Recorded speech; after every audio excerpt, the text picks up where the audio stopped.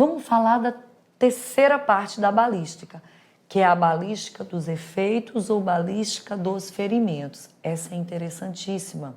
E essa tem tudo a ver com o trabalho pericial no cadáver.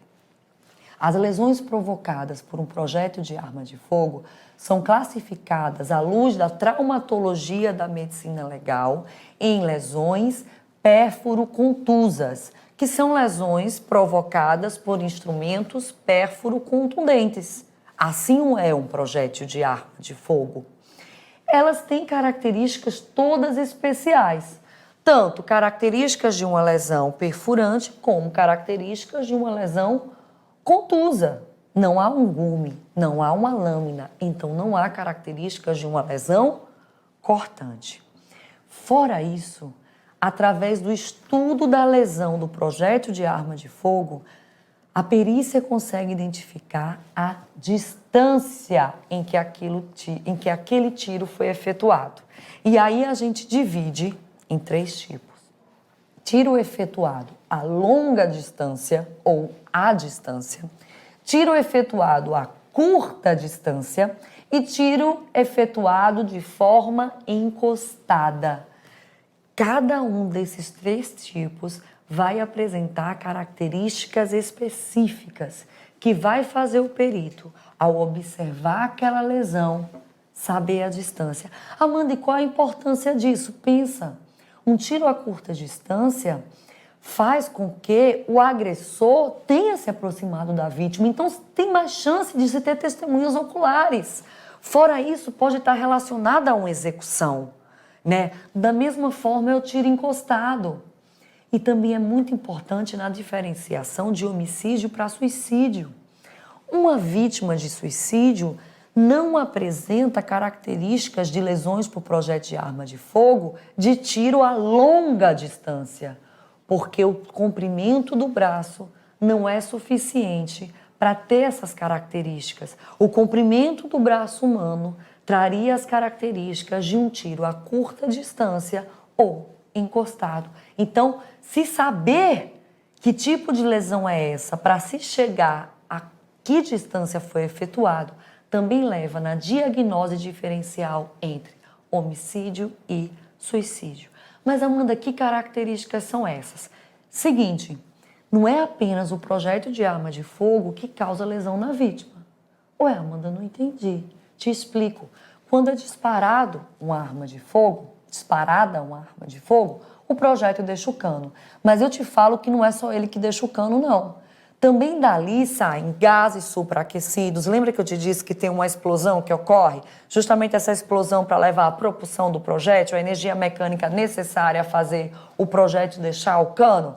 Então vão sair gases superaquecidos dali.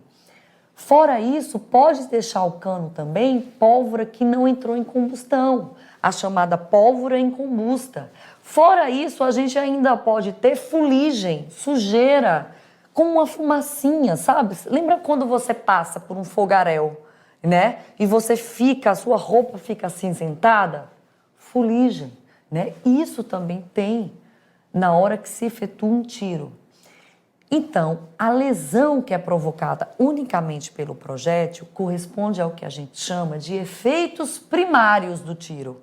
Já as lesões provocadas por esses outros elementos, pólvora incombusta, gases superaquecidos, fuligem, ocasionam o que a gente chama de efeitos secundários do tiro.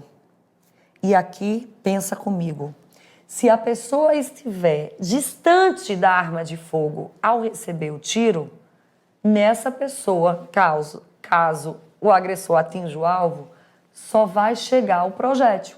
Porque os gases já vão ter se dissipado antes de atingir essa pessoa por causa da distância, porque a pólvora incombusta não tem a mesma energia de propulsão que tem um projétil, então não atinge essa pessoa. Então, uma vítima de um tiro à distância só vai apresentar os efeitos primários do tiro, que são as lesões provocadas pelo projétil unicamente. E aí tem halo de enxugo, orla de escoriação, auréola equimótica.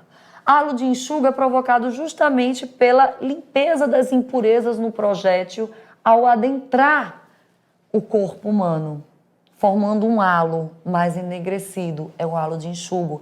A auréola equimótica, ela resulta da ruptura de pequenos vasos ao redor daquele orifício de entrada.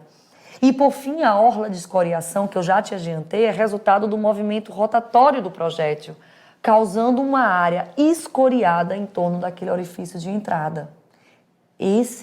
Essas são as características de um tiro efetuado a longa distância. E isso no orifício de entrada, porque se o tiro for transfixante, o orifício de saída não vai apresentar essas características, tá? Isso cai em concurso público, então presta atenção. Essas características, efeitos primários, e eu já te adianto que os efeitos secundários também vão estar presentes unicamente no orifício de entrada, jamais no orifício de saída. Já que eu citei efeitos secundários, vamos tratar deles? Efeitos secundários são as zonas que a gente chama, são 3. Zona de esfumaçamento ou falsa tatuagem, zona de tatuagem e zona de chamuscamento. Gente, tudo isso é resultado da fuligem, que deixa o cano da arma, provocando a zona de esfumaçamento. É provocado pela pólvora incombusta, que deixa o cano da arma, que em contato com a pele a queima, gerando uma lesão em pontilhados violáceos que não sai. Não adianta lavar, esfregar, não sai. Por isso que recebe o nome de zona de tatuagem.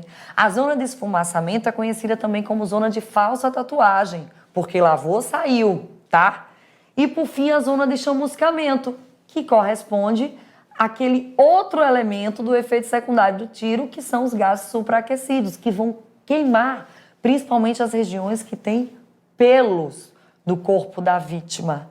Então, se a vítima está a uma distância curta daquela arma de fogo, não só o projétil vai atingi-la, mas também a fuligem, os gases supraquecidos e a pólvora incombusta, fazendo essas 3 zonas. Então, no tiro a curta distância, nós vamos observar efeitos primários e efeitos secundários do tiro. Quando a gente vai para a terceira distância de tiro, que é o tiro encostado, eu já te digo, não vão ser observados efeitos primários, nem vão ser observados efeitos secundários. Sabe por quê?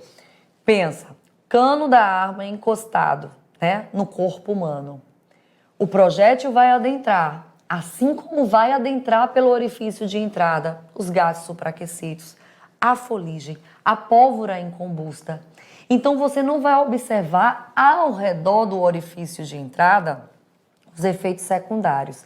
Nem vai conseguir observar os efeitos primários. Os efeitos secundários, porque todos os elementos que poderiam gerá-lo, em vez de ficarem ao redor do orifício de entrada, entraram junto com o projétil. Já os efeitos primários, eles não vão ser observados porque a lesão será tão grande que você não vai conseguir ver os efeitos primários. Vou te falar que lesões são essas. Primeiro, a lesão da câmara de mina de Hoffmann. É uma lesão com aspecto estrelado, sinuoso, bem característico. Parece uma mina, uma cratera de uma mina que foi implodida. Isso porque quando os gases entram junto com o projétil, eles levantam toda a pele que está ali, naquele local onde adentrou o projétil. Toda aquela pele, ela vai levantar, ela vai ser perdida e vai ganhar um aspecto sinuoso. É a câmara de mina de Hoffmann, que é observada em plano ósseo, né? Por exemplo, tiros na cabeça, tiros aqui na fronte, por exemplo, tiros na região temporal, por exemplo. Outro sinal observado no tiro encostado é o sinal de Benassi. Lembra a fuligem que eu te falei que no tiro a curta distância provoca a zona de esfumaçamento? No tiro encostado, essa fuligem vai provocar o sinal de Benassi, porque essa fuligem vai ficar impregnada sobre o osso. E aí você vai ver, à medida que o projétil passou por aquele plano ósseo, em torno dele está toda a fuligem, está acinzentado ali, demonstrando o sinal de Benassi, demonstrando que o tiro foi efetuado de forma encostada. Eu te falei de planos ósseos, mas pensa em planos moles, como por exemplo a região aqui do abdômen, né? Pode aparecer um sinal também específico do tiro encostado, que é o sinal de Pupp-Wegardner, ou apenas sinal de Wegardner.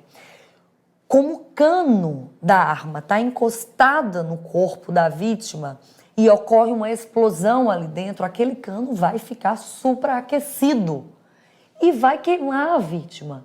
E o desenho dessa queima corresponde à boca do cano, fica o orifício mesmo da boca do cano e inclusive também da alça de mira daquele cano. E aí você consegue identificar também a presença do tiro encostado. Então, recapitulando, tiros a longa distância ou tiros à distância, a gente vai observar os efeitos primários. Quais são eles? Ola de escoriação, halo de enxugo e a auréola equimótica. Gente, isso cai tanto em concurso público, tanto, que eu sugiro a você assistir essa aula várias e várias vezes, tá? Num tiro a curta distância, os efeitos primários aparecem? Aparecem, mas também aparecem os efeitos secundários. Quais são eles? Zona de tatuagem, zona de esfumaçamento ou de falsa tatuagem e a zona de chamuscamento. Amanda, tem que aparecer as três? Não. Apareceu uma, tá dada a diagnose do tiro a curta distância. Amanda, mas sempre se aparecer vai ser tiro a curta distância? Sim, vai ser tiro a curta distância, tá? Os efeitos secundários não aparecem no tiro a longa distância nem no tiro encostado.